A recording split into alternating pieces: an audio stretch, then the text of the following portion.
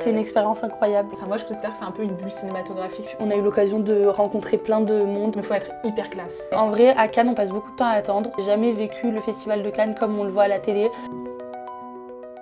Bonjour! Bonjour, bienvenue dans le podcast de C'est dans la boîte. Et c'est toujours Océane et Cloris. Et aujourd'hui, on va vous parler de notre expérience au Festival de Cannes.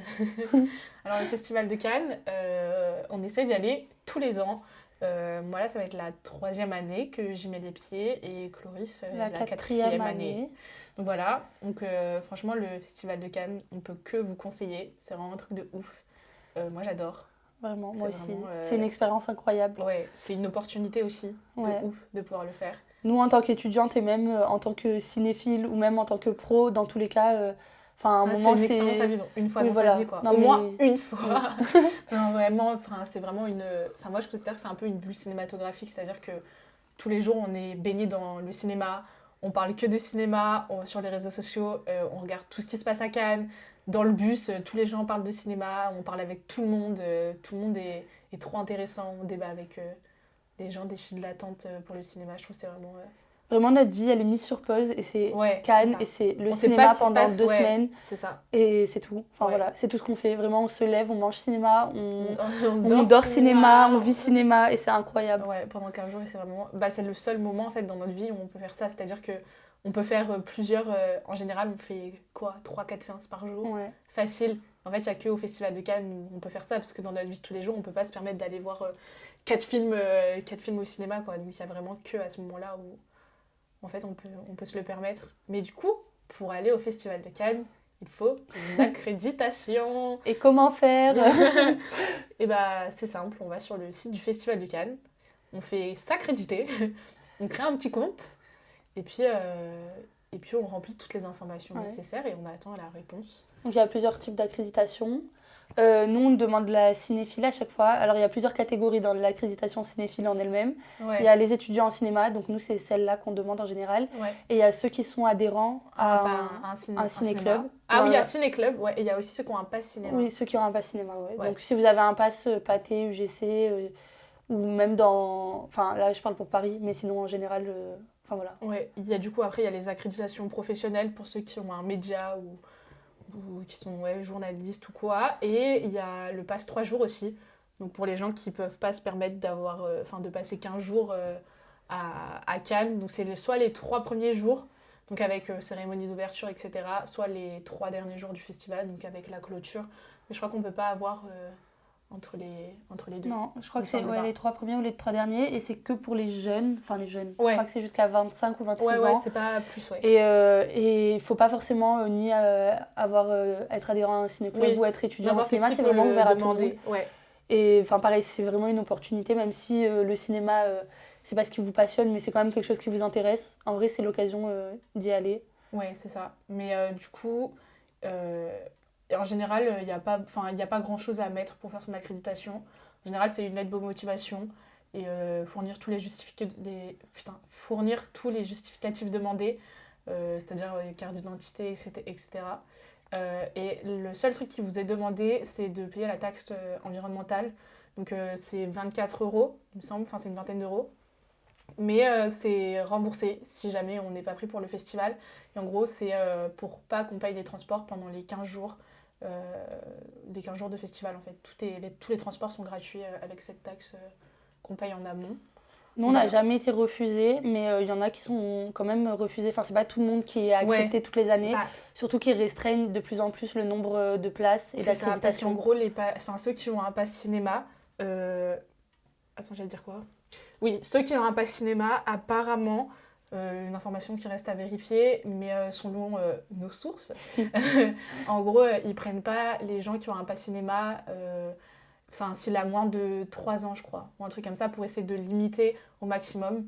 Mais du coup, c'est un peu stressant parce qu'en général, la réponse, nous, à l'époque, on l'avait eu une semaine après, ou quelques jours après. Mais par exemple, l'année dernière, on l'a eu 1 mois avant le festival. Donc là, c'est hyper stressant parce que on peut pas s'organiser, on peut pas prendre de billets de train, on peut pas prendre de logement, en sachant que forcément, tout augmente à Cannes au moment du festival. C'est-à-dire que tous les logements, ça double. Le prix des trains, c'est exactement la même chose. Et tout devient hors de prix, en fait. C'est vrai.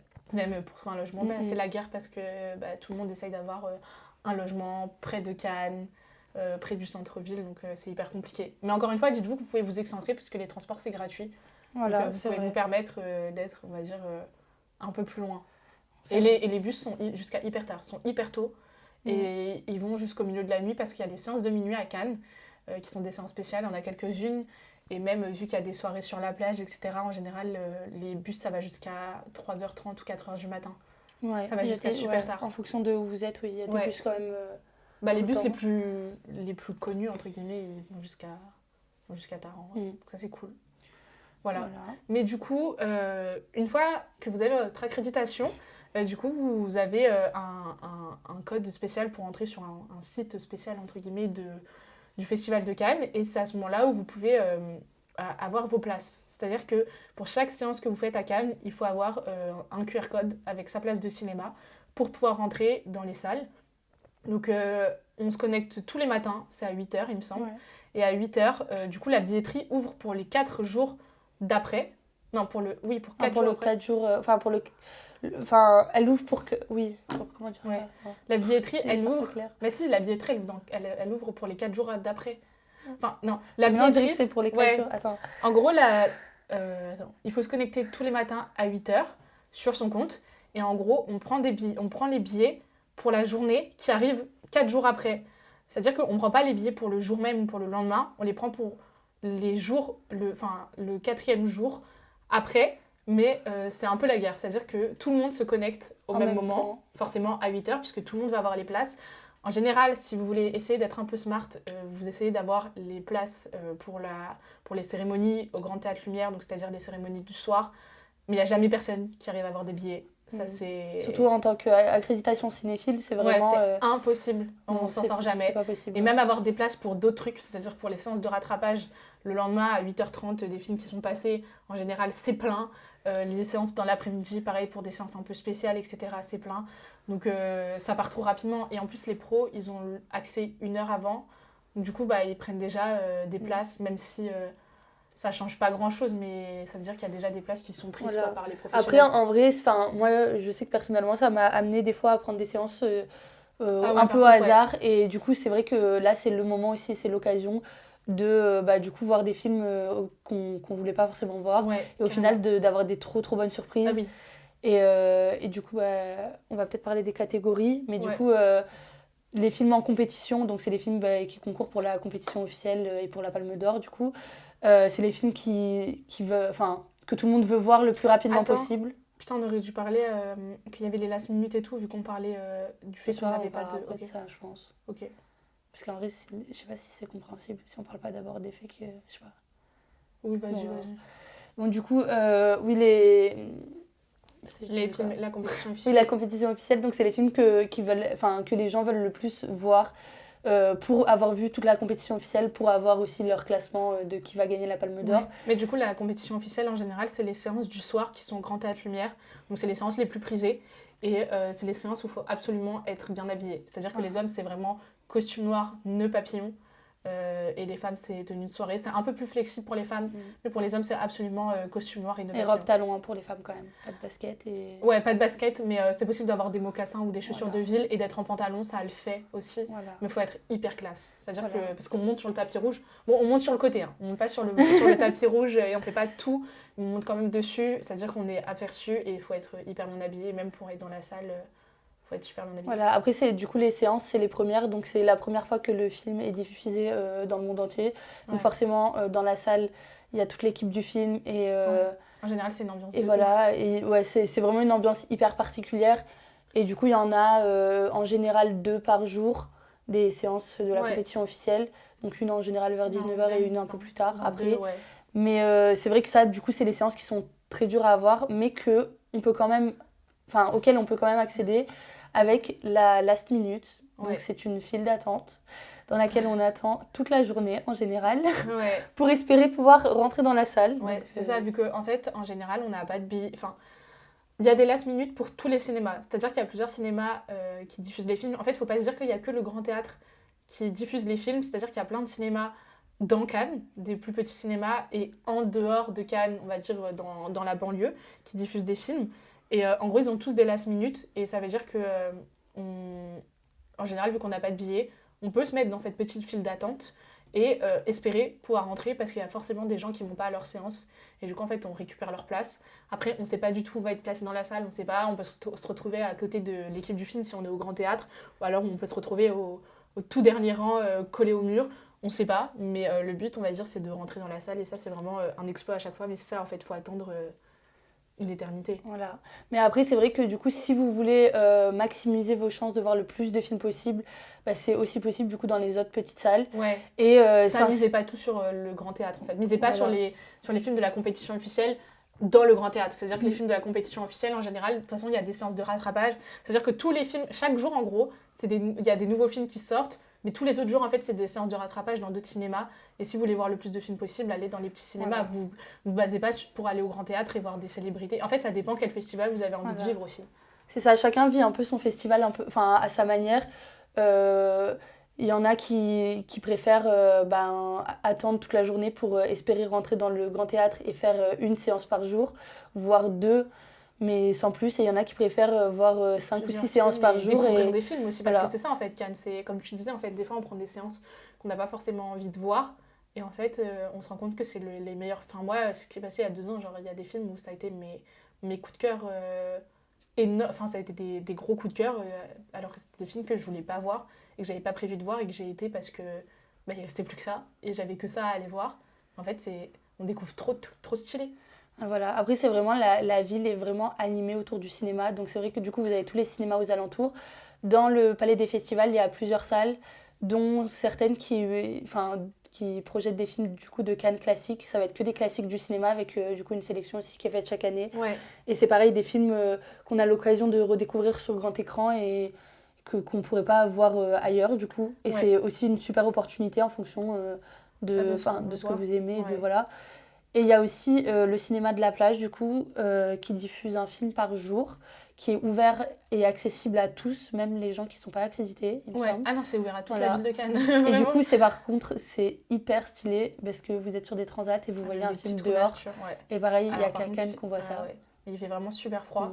Et il faut prévoir de passer 2-3 heures avant le film pour faire la file d'attente parce qu'en fait, vu que y a tout le monde qui a le droit d'y accéder, c'est-à-dire qu'il y a tous les gens qui habitent à Cannes, tous les gens des alentours qui viennent pour le festival, tous les gens qui n'ont pas d'accréditation et qui décident de vivre un peu le festival de Cannes à travers ça. En gros, il y a tout le monde qui va au cinéma de la plage. Donc en fait, c'est hyper plein, hyper rapidement. Donc il n'y a pas tant de place que ça. Après, il y a des gens qui partent en plein milieu du film et tout, mais vous, ça veut dire que vous avez loupé la moitié du film, quoi.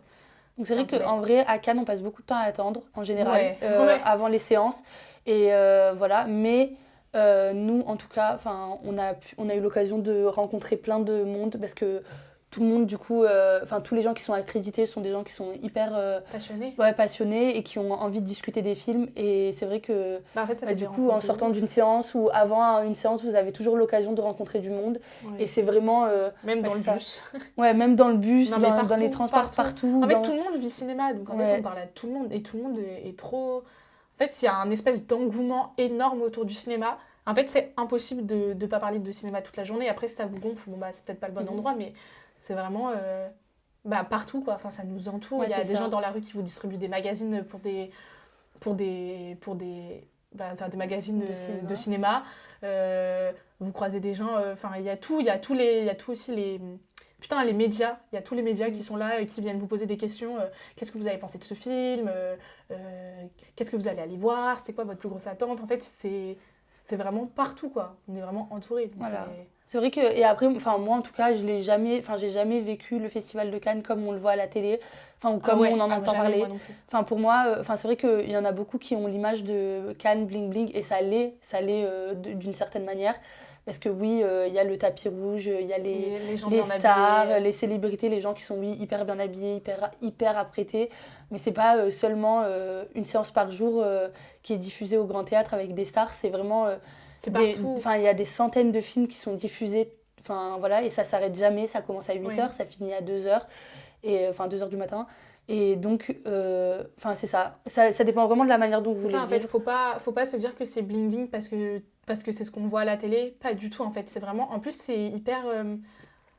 En fait, ça mélange tellement de personnes. C'est-à-dire que il y a nous en tant que petite étudiante de cinéma, et en fait, c'est hyper jeune Cannes. Enfin, le Festival de Cannes est hyper jeune, parce qu'il y a vraiment des jeunes partout. Mais il y a aussi des gens de 40 ans, mais il y a aussi beaucoup de personnes âgées, en fait, de la ville de Cannes, qui ont leur accréditation grâce à la mairie. Et en fait, du coup, il y a beaucoup de... En fait, Enfin...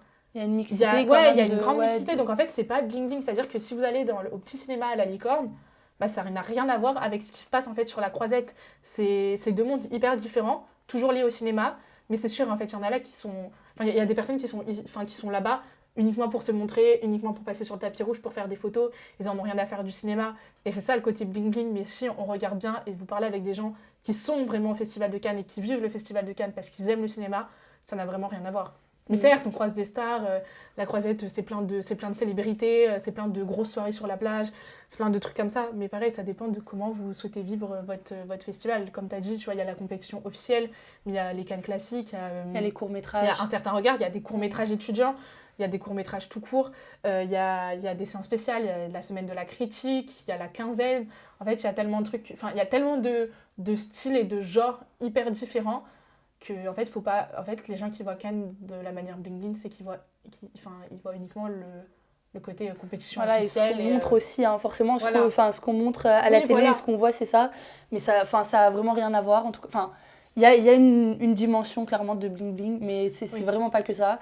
Nous, on l'a jamais vécu comme ça. Mais c'est ça, parce qu'en plus, tu vois, on peut rentrer dans le palais, et il y a le marché du film, et il y a plein de conférences aussi. Donc, c'est-à-dire qu'en fait, en dehors de ça, on s'instruit de ouf parce qu'en fait, on est tout le temps au contact aussi de professionnels et on a l'opportunité d'être au plus proche des professionnels, que ce soit des producteurs, des réalisateurs, des acteurs. Et en fait, avec ces conférences-là, on en ressort hyper enrichi. Et ça, c'est tellement pas bling-bling, il n'y a personne qui le montre, mais c'est tellement enrichissant en fait. C'est vraiment le moment où, en tout cas, en fait, c'est un des plus gros festivals de cinéma du monde. C'est le plus grand festival du monde. Ah ouais, non, peut-être pas. Il y a Venise et Berlin. Ouais, c'est vrai, j'allais dire Berlin. Ouais. mais en tout cas, où il y a tous les producteurs, les distributeurs.